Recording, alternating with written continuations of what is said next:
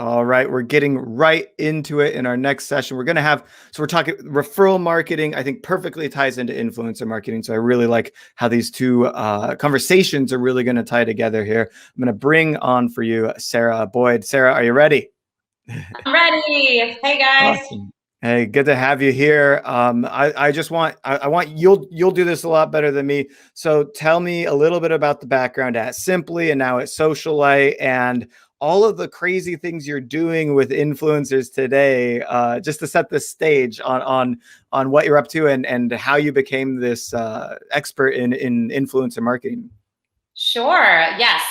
So originally I started in fashion PR. I did that for about 9, 10 years, working with all the celebrities in Hollywood, dressing them in different clothes. And after 9, 10 years of that, I started Simply, which is an international fashion and beauty conference. Started that in the very beginning of influencer marketing, where I would have these bloggers sit on our panels and editors and designers and all of these really cool people in the fashion and beauty space. Really to connect people with kindness. That was our goal at Simply. And we hosted these conferences all over the world, from Dubai to LA, had thousands of attendees over the years.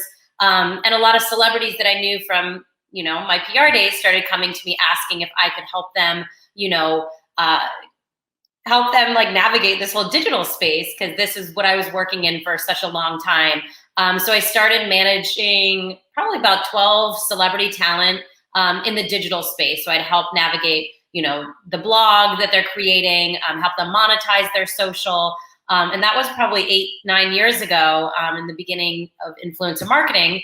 Fast forward a few years later, Simply was acquired by Socialite. So now we are a much larger company across the country, and we manage about 160 talent from lifestyle all the way up to celebrity level. And then we also do casting for any influencers around the world. So we have a marketing agency side of the business, as well as the talent management side. And you're largely on the influencer side. You're the kind of the agent for these influencers, finding the brands and placing the talent in the right spots, right? So here Yeah. we're talking to merchants today, and so they're thinking, okay, how do I engage influencers and how do we figure out the right fit? But I think this is perfect that we have you on this side and the merchant over here on the other side, because you've seen all the mistakes perhaps that merchants have made in hiring and working with influencers. So we can definitely speak to that. Let's get into us. You said you've been in influencer marketing for 8 or 9 years, which is almost the entirety of influencer marketing. This makes you very well experienced. And I could say the same. I've been in digital marketing for about the same. And so I feel like at this point we are becoming veterans of the space, which I think it gives us, a leg up on those young Gen Zers who are just figuring out the industry. But anyways, just walk me through the past, present of influencer marketing. What did it look like in the beginning? You talked about it being PR, and how has it evolved since the dawn of the internet and social media, and now even the prevalence and exponential growth of e-commerce as well? Yeah. So, I mean, in the beginning, it was, like I said, bloggers coming into our showroom and like begging for us to give them clothes to wear, for them to borrow and do a shoot with and return it. Now brands are just throwing them everything possible and paying them. So I remember it from the very beginning. And back then it was all about this beautiful curated feed, right? All of the influencers, they would post like 4 posts a day. There was no stories back then, Instagram stories, there was no TikTok, there was no Snapchat. I mean, nothing. It was really the dawn of Instagram. And, it was so just beautiful and curated. And, the feed, there was no algorithm. It was just, real time. So that's when I really saw people rise or not rise. So, I saw a lot, go from 1,000 followers up to 100,000, just like that. And it was the time when people were growing, and it was much easier to grow than it is now. Similar to how I see TikTok is kind of what Instagram was so, long ago. But now, a lot of our talent, I'm seeing, it's not about the beautiful photos. When they take curated, professional photography, they don't get as many likes or engagement. It's the real photos. Like one of our talents yesterday, Jana Kramer, she posted a picture of herself crying in a corner. And that got the most likes and the most engagement because people can relate. They're like, you got in a fight with your husband, I can relate to you. Like, it's being honest, it's being raw, it's being open. And those are the people that I'm seeing getting the brand deals, getting the most sell-through with brands and products. I was just going to ask on sell-through. Yeah, like those are the ones because everyone feels like their best friend that's following them, and they feel attainable, and they feel like I could be her or be her friend, and I trust her. So it's really changed from this unattainable to attainable. Now, would you say that this is a pendulum swinging? It got too far in one direction and is moving back, or is this going to be the way forever, for a long time, at least the foreseeable future? I think it's definitely going to the foreseeable future because the people that are just this beautiful feed, you don't have anything to grab onto with them. So they aren't getting the endorsement deals, and maybe they're doing content creation and submitting that to brands almost like a model. But I'm really seeing it all go towards authenticity and that real connection. As you can see with all of these other platforms coming out, it's about that real connection. So I see that being the trend of the future. I think it's here to stay. I just wonder how brands in, let's just even say the 90s and the 80s, were being so successful with these very mocked up, non-related, like not relating to me really, but, just totally aspirational brands. It's funny to think that I think this need was here in us the entire time, but it was hidden for us from a while. Maybe it was the medium. I don't know. You got any thoughts on it? Random thoughts on that? Well, I've seen so many companies rise because, they kind of pivoted in the same way influencers did. They became more engaged with their audience. They had real conversation. They would post, people, regular people wearing their clothes instead of all supermodels. They casted diverse models, different sizes, colors, shapes, and really brought that real life aspect to their social media. So I think those brands have really seen a rise in their following, their engagement, and in turn their sales. So I think people can take this on the influencer side, and also the brand side is really about that connection. Like he talked about in the last discussion, I was backstage listening, and it's about community and building that and building that conversation, and that will then relate to sales as opposed to just shoving product down people's throat. No one wants that. You want to feel connected. Yeah, 100%. All right. Well, let's bring it into the more recent year or two, and maybe even a little bit into the future. But what are you seeing for recent trends, especially on that maybe influencer brand relationship, on how that's changed since I saw it we were so easily ready to give influencers a lot of money, kind of like celebrity endorsements. And now obviously it's gone all the way down to micro. And I think there was this time a few years ago where money was being poured into influencer marketing, and then brands maybe didn't see the results. How maybe have you seen these trends change along those lines to help validate our ROI from influencer marketing? I mean, like you said, micros are such a powerful force. Like the last talk, it's about referrals and friends and sharing, and they are a very affordable way to, really increase sales. And, the large influencers are expensive. It's great to round out a campaign, but we always tell people or clients of ours, do a full 360 approach where it's, Facebook and Instagram advertising, a couple macros, some mid-tier, and load up on the micro, because they really round out and support a campaign. You need the brand awareness with the big celebrity or the big macro to really get the word out. But in terms of sales and conversions, I'm seeing the most with the micro and the mid-tier level influencers. Obviously, there's a few unicorns that are huge and can also move product, but it's not that often that you see someone like that. You're giving me a strategy idea here. So you mentioned, I think if we've got, like, let's just say we've got a $60,000 influencer campaign budget. You're saying pay the mega influencer $20,000, get like 5 or 6 at $5,000, and then the rest towards the long tail, right? And then we're gonna have maybe the influencer says the one cool thing about our brand, and then everyone chimes into that conversation and ties it back. And maybe we can even get that mega influencer to talk back to our micro influencers to support them in a way. And then in that way, you're creating a cohesive strategy. Have you done things like that? I don't know. I just kind of made it up. Oh, yeah, no, that was perfect. I'm like, you're hired. Okay. No, Perfect. we just launched within Socialite a division called Lighthouse, and it's essentially a marketing agency. So brands come to us, large and small, and we put together just exactly what you said, a casting strategy where we allocate the budget, we round it out, we include, Facebook and Instagram ads, all those things. We're adding in Clubhouse now and TikTok, and we try to diversify it as much as possible, just like everyone does with their financials and, anything in life. You need to diversify. It's really a big risk when you put all of your money into one influencer. If they fail, then, what do? You have no budget left. So we always suggest diversifying. A site that I really like for micro influencers is called Ambassador. I always refer them. I think they're great. And it's a great, one-click, easy way to activate so many micro influencers.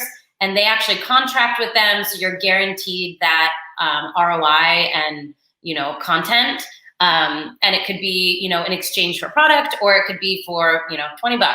So it's a really great way to tap into, how many people are in this world. There's so many with a smaller influence than, a traditional influencer that have impact.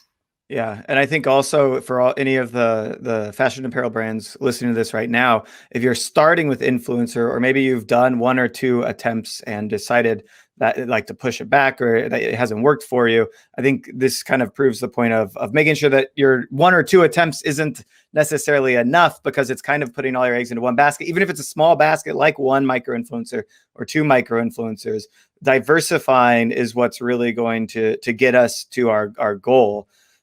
So I think that this speaks to launching strategy as well. Yeah. Yeah. And a little tip, just because I literally get every email for all of our celebrity talent. So I see what brands are sending and what works and what doesn't work. And a big trend that I've been seeing recently is for brands listening is asking the agent or manager for screen grabs from the last 14 days, because, they could have a 1 million to 7 million followers, but how many people are watching their Instagram stories? How many people are swiping up? Sometimes people even ask for reward style or shop style links to see how much your sell-through is. It all comes down to numbers, and it comes down to engagement and analytics. So, I share it for my talent because they are worth the money that you pay them. I don't want to do one deal and then not work with the brand again. I want to do a long-term campaign. So asking for these things are really common. And if they don't want to share it with you, there's probably a reason why.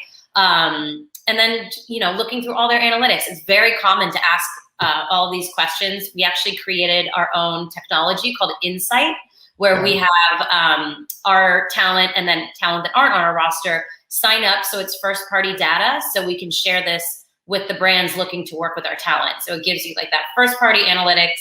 And you can see if they're a good fit for your brand. A lot of trends I'm seeing right now is, brands want over 50% US following. They want over 70% female following. So some of these things you can't tell by just looking at someone's Instagram page. So diving a little bit deeper before you make an investment, I would definitely suggest. Yeah, it makes a lot of sense. I want to go a little off topic on this conversation of diversifying how we spend our money. Jay Anderson asks, how will these sponsors? Oh, wait, no, this is the one I want. You asked too many questions about the genfluencer trend and getting genuine influencers in and moving away from things like paid ads, which is so moving from kind of a fake promotion to real people. And I want to modify our question a little bit, but how do you see when we're talking about influencer marketing versus paid ads, we often talk about clicks or, impressions or something like that. What's your average, cost per 1,000 impressions with an influencer? And then if you have any experience on the paid side, how do you see that tying back to your cost per 1,000 impressions in paid? And I think this will also speak to the change in value from influencer to paid, since paid ads are so pass through as opposed to real and tangible. Mm-hmm. I don't have a set fee. It kind of, for me, it depends on the influencer. It depends on the relevancy. It depends on a lot of different things as opposed to just a dollar amount. Depends on, how much incoming opportunities they have, all of those things. But you can definitely get more for your money with paid, because you're not getting a person. You're using your own content and paying. I do like a flat fee on the back end if someone wants to whitelist our talent's content. I see. Yeah, we used to do a percentage of the spend, but it was too hard to track. So we just do a flat fee now. So it's essentially a retainer if they want to whitelist. But yeah, I mean, if you're doing Facebook and Instagram ads, it's definitely less expensive than working with an influencer. They have to hire a stylist, a photographer, editing, posting on their page. There's so much more that goes into it than, boosting an ad. Yeah. Now, whitelisting, for those that don't know, you're talking about using the influencer's channel as and so advertising on the influencer's page, channel, whatever it is, right? Yeah. And then the alternative to that is getting the rights to the content and ripping it and re-uploading it. Which one do you prefer? And tell me more about this set fee. There's a clear benefit to the influencer. Their channels, their following is going to get a lot of exposure from it. How do you, it's like, you should just give me access. I'm going to do free advertising for you. Like, how do you negotiate that? Yeah. But on the talent side, when they're seen too much, I've seen a lot that the talent is unfollowed then when they're all over the place with these ads. So the talent likes to reel that back in and not let it happen as frequently as you might think. They usually prefer that the brand does rips the content and posts it on their channels. That's usually the preferred method, just to not oversaturate them in the market. And they always see a decrease in following once they have ads running on their handle. I see. I know. That's weird. I thought it would be the opposite. So you would think, but no, every time we've done it, we've seen a decrease in following just because, I don't know, they're being served the ad one too many times. If you know what you need, you can set an impression cap. You can set an impression cap there to avoid this. I know. If you have a good ad manager, we always ask, like, who's running the ads? Who's doing it? Because sometimes we serve the same ad 10 times and then they get unfollowed. So I think if you can have the right ad manager doing it and ensure that it only is served once to that person, sure. But we do charge. This is a huge takeaway. I think we're learning here right now. So I think that whitelisting is a huge opportunity. I think it can work well for the brand and the influencer when done right, but clearly we don't want to bombard that same audience with the ad. Most importantly, what you can actually do in an ad campaign like this is take that influencer on their channel, whitelist them, but then advertise to everyone that's not following them. Now that should solve the problem. And I know sometimes that's counterintuitive, and you're dealing with celebrities and mega influencers where it actually makes a lot of sense to keep it under this one roof, because you want to hit when you post, you might get a couple 100,000 views. You've got 3 million people still following you that didn't see it. So you kind of have a large audience pool there. But to keep this problem at bay, maybe there's a way to mitigate it by changing that around. Alternatively, one of the most successful campaigns I ran at BoxyCharm was getting permission we paid Cardi B for a video, put it up under our account, and it did work really well in lowering cost of acquisition. And we ran that. We spent a lot of money, like two commas amount of money advertising that one video. So wow. It was it worked very well. But all right, let's moving on. And I want to know more about how brands tend to work with you and your influencers. Specifically, like if I wanted to work with you, what would I come to the table with? How do I come prepared? And how might I come prepared to any influencer that I want to work with as a brand? Yeah, I think there's two really important things that brands should come forward with. One is the campaign brief. What is this content going to look like? What are the do's and don'ts? What are you expecting of this influencer? And then the scope of work. So what content do you want? Do you want 5 Instagram posts, or do you want TikTok? Or, how long is this program? So I think those are the two most important things. From there, I always like to set up calls and really talk through everything, from A to Z, just so I have a full understanding before I throw out a number or a quote. And then we kind of go back and forth from there. But those are the two most important things for any campaign, to have it go successful on both ends. What do you look for in that campaign brief? It's like, who else is in it? Is it like our the cause we're giving back to? What are some of the size of our overall budget? Like, what do you really want to see in there? Well, the talent always wants something really organic. They don't want something where they're holding up the product and it's like, really like contrived. So, we look for that and see, exactly how much, wiggle room we have to make it as organic as possible. It's a benefit to the brand as well.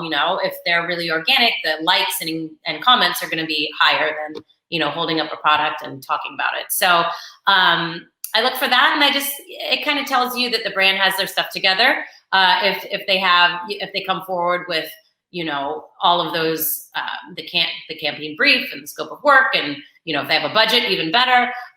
So all those things. I'm getting so many emails every day, and I can easily kind of see who's serious and who isn't. So by having those in place, you can tell if someone's serious and ready to move forward. I'm with you. Let's talk channels for a minute here. Snapchat, TikTok, and Clubhouse. We've got emerging channels. You mentioned that you're starting to advertise or sell influencer spots in Clubhouse, which I think is absolutely brilliant to be on that leading edge of it. What channels are working really well, and how are you using all these new channels for your influencers today? Mm-hmm. Well, I've told them all to get on TikTok, but TikTok is not for everyone. Okay. So you have a couple that failed, you would say? They're like, it's not for me. It's not natural. I'm like, well, don't do it then. If it's not natural, don't do it. But we have seen success with a few on TikTok, that have driven that traffic over to their Instagram, have doubled their Instagram story views, increased their following, and then in turn, you can grow following so much faster on TikTok. So I think they have 1.8 million on TikTok, and then increase their stories and their following on Instagram. They're up to like 2.2 million. So it helps, they help each other. So I think any way that you can like cross promote channels, one is starting a vlog and going to start posting on her YouTube. That will help drive her Instagram and vice versa. So I think any way that you can like help the other channel grow and vice versa, and help the engagement grow on another channel, I think is super helpful. Clubhouse, I'm getting into it. I just did a little panel with some of my talent a couple weeks ago. It was fun, but it's the infancy. So now is when they should get involved, build their following. You don't want to jump in a year too late and you kind of miss the boat on it. So every time I'm like, just get in there, try it. If it's organic and you love it, keep going. But if it's not a natural fit, then don't do it. That's so interesting. And now all these platforms have different engagement styles, strategies, and metrics. How do you value like the difference of a TikTok follower versus an Instagram follower, and et cetera?